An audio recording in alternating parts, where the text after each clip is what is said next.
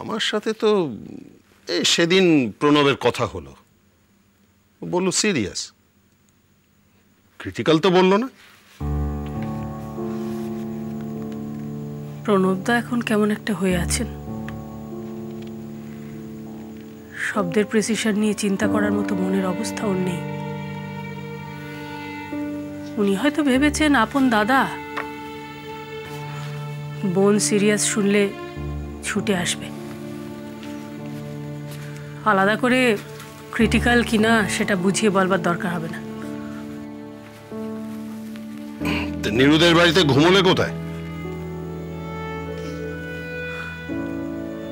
ওদের তো বেডরুমটাই এসি। বর্দি ভাই খুব বলছিল আমাকে তোর সঙ্গে খাটে শুতে। অনেক করে বুঝিয়ে সুঝিয়ে আমি আর বন্যা মাটিতে বিছানা করে শুলাম।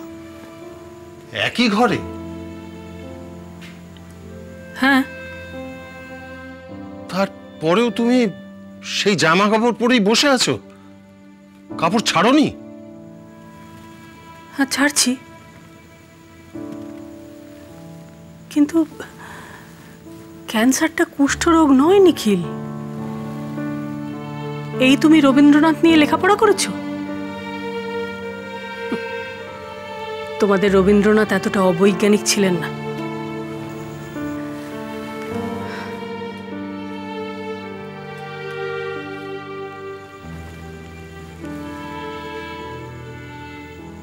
সরি,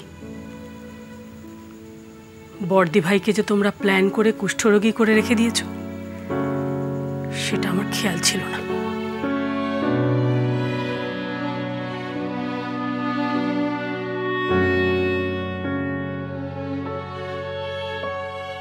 দিদিভাই কালকে বর্দি ভাইয়ের বাড়ি গেছিল বন্যার সঙ্গে, সেখানেই সারা রাত ছিল। দিদিভাইয়ের অবস্থা খুব খারাপ জানো, এখন তখন অবস্থা। এটাই প্রণবদার দোষ, সমস্ত চিকিৎসা নিজে করাবে, নিজে যাকে ভালো বুঝবে সেই ডাক্তারের কাছে নিয়ে যাবে। আর ধৈর্য নেই তো, একটা ওষুধ খাওয়ানো হলো, তার কাজ করতে তো সময় লাগবে। এত ম্যাজিক নয় যে ওষুধ খেলাম আর লাফিয়ে উঠে স্কিপিং করতে শুরু করে দিলাম, না। এই তো ডাক্তার দেখালাম, কোনো ফল তো হলো না, আরেকজনের কাছে ছোট। আজকে চিকিৎসা বিভ্রাটের জন্য দিদির যদি এই অবস্থা হয়ে থাকে, তার জন্য দায়ী একজন লোক, সেটা প্রণবদা। তাই মুহূর্তে আমাদের কি করা উচিত? তার বিবেচনা শক্তির বিচার করা, নাকি বর্দি ভাইকে সুস্থ করে তোলা? দেখো না, তোমাদের যদি মনে হয় তোমাদের কোনো ডাক্তারকে দিয়ে দিদিভাইয়ের ভালো করে চিকিৎসা করানো যায়, একবার তাকে দেখে দেখাও না। অ্যাটলিস্ট জানা যাবে কি it's still under control or not. তুমি যাও না একবার ডাক্তারের কাছে, বর্দি ভাইকে এই বাড়িতে এনে চিকিৎসা করাও। দরকার হলে আমি দিদিভাই দুজনে মিলে জামাইবাবুকে বোঝাবো। I think it's too late. বেশ, তোমার কে ডাক্তার আছেন তাকেই একবার ফোন করো, আমি আর দিদিভাই একবার তাকে সঙ্গে করে নিয়ে যাই। দেখুন বর্দি ভাইকে, ওয়েদার ইটস টু লেট সেটা তিনিই বলুন। তুমি একা একা তো কিছু করতে পারবো না, আমার সকলের সঙ্গে কথা বলতে হবে, ছোটনের সঙ্গে কথা বলতে হবে, দাদার সঙ্গে কথা বলতে হবে, বাবাকে জানাতে হবে। তারা সবাই কিন্তু এই বাড়িতেই থাকেন বিনয়, অন্য জায়গায় নয়, অন্য শহরেও নয়। যাও তাদের ঘরে নক করো, বলো যে এরকম একটা অবস্থা, আমরা কি করব, কি করা উচিত। বাবা উঠেছেন জানো? না, সে না, আমি ডেকে দিচ্ছি। দাদা উঠে গেছেন, দিদিভাইয়ের সঙ্গে আমার এইমাত্র কথা হলো। শোনো, ইমোশনাল হয়ে কিছু করো না। তোমার কি সত্যি মনে হয় যে কিছু করার আছে?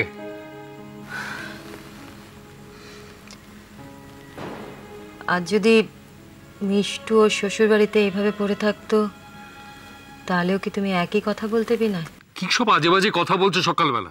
কেন? মিষ্টু এই বাড়ির মেয়ে আর বর্দি ভাই এই বাড়ির মেয়ে নয়? তোমার কি হয়েছে বলো তো কদিন ধরে? সব কথাতেই একটা বিরক্তি, সব কথাতেই অভিমান, কথা বললেই একটা প্রোটেস্ট করা। কি হতে চাইছোটা কি অ্যাক্টিভিস্ট, মেধা পাটেকার? তার মতো হতে পারলে তো আমি নিজেকে ফরচুনেট মনে করতাম বিনয়, ওরকম একটা লাইফ লিড করতে পারলে। আনফর্চুনেটলি সেটা আমার কপালে নেই। আর সেটা নিয়ে দুঃখ করেও লাভ নেই। আগে নতুন ছিলাম, যা বলা হয়েছে যে এটা বাড়ির নিয়ম, এটা ভাঙা যাবে না, মেনে নিয়েছি। এখন তো বয়স হচ্ছে, তাই চোখের সামনে এই সমস্ত ইনজাস্টিস দেখে চুপ করে থাকা সম্ভব নয়। তাহলে যা খুশি করো, ডাকো, মিটিং ডাকো, আমার সময়টা বলে দিও, আমি যাব।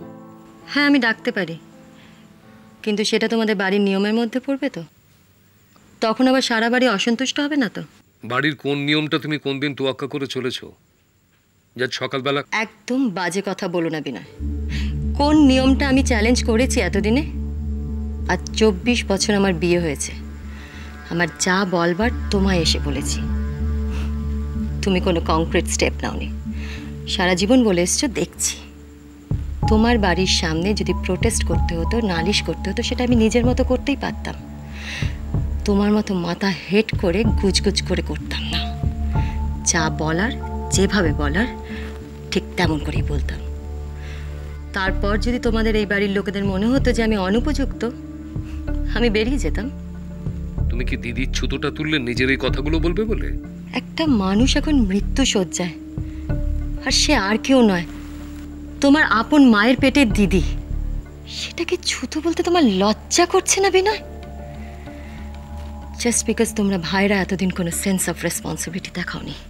ঠিক আছে, তুমি তো মিটিং ডাকছো, বাকি কথাগুলো সেখানেই হবে। আর দাদা, অজন্তার কিছু কথা বলার আছে, ও বলতে চায়। হ্যাঁ বলো।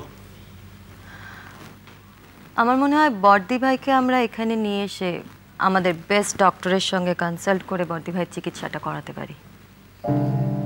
সে তো করছে প্রণব, শহরের কোনো ডাক্তারই তো আর বাকি রাখেনি। হ্যাঁ, জামাইবাবু হয়তো একটু ডেসপারেট হয়ে ঘন ঘন ডক্টর বদলাচ্ছেন, অন্তত আপনার ভাই তো তাই বলল। ওনাকে কিন্তু দোষ দেওয়া যায় না, কারণ উনি এই মুহূর্তে ভীষণভাবে ডিসওরিয়েন্টেড হয়ে রয়েছেন। সেক্ষেত্রে যদি আমরাই দায়িত্বটা নিই। আমি যতদূর প্রণবকে চিনি, ও নীলুকে এখন আসতে দেবে না। সেটা দিদিভাই আর মেজদিভাই গিয়ে বলতে পারে, দরকার হলে আমি সঙ্গে যেতে পারি। বা প্রণবদা এসে আমাদের কাছে থাকুন না কদিন। না, আমি একটা কথা বলছি যে সব সিদ্ধান্ত কি আমরা নিয়ে নেব? মানে বাবার সঙ্গে কিছু শেয়ার করবো না? দিদি তো বাবারও মেয়ে, বাবা এই ব্যাপারে একদম আনকনসার্ন, এটা তো ভাবার কোনো কারণ নেই। সেদিন আমি আর বাবা যখন বেরিয়েছিলাম, ফেরার পথে আমি বাবাকে একবার বললাম, বাবা চলুন বর্দি ভাইয়ের বাড়ি হয়ে ফিরি। হ্যাঁ, তো কি বললেন বাবা? যেতে চাইলেন না। সেটা খুব সুন্দর করে বললেন, কিন্তু আমার মনে হলো বাবা এই পরিণতিটা সম্পর্কে মনে মনে প্রস্তুতি নিয়ে ফেলেছেন। বর্দি ভাইয়ের কাছে গেলেই হয়তো কষ্টটা আরো বাড়বে, শক্ত থাকতে পারবেন না, সেই জন্য অ্যাভয়েড করছেন।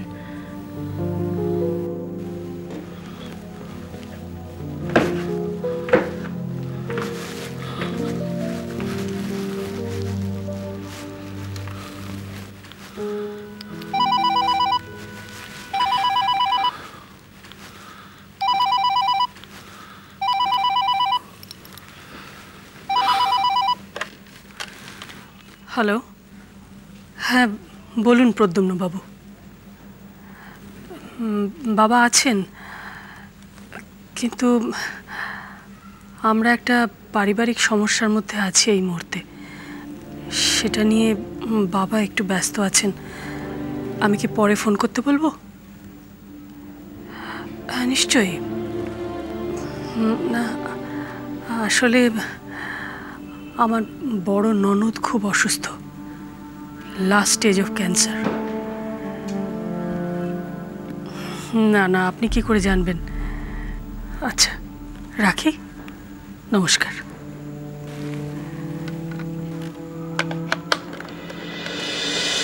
গা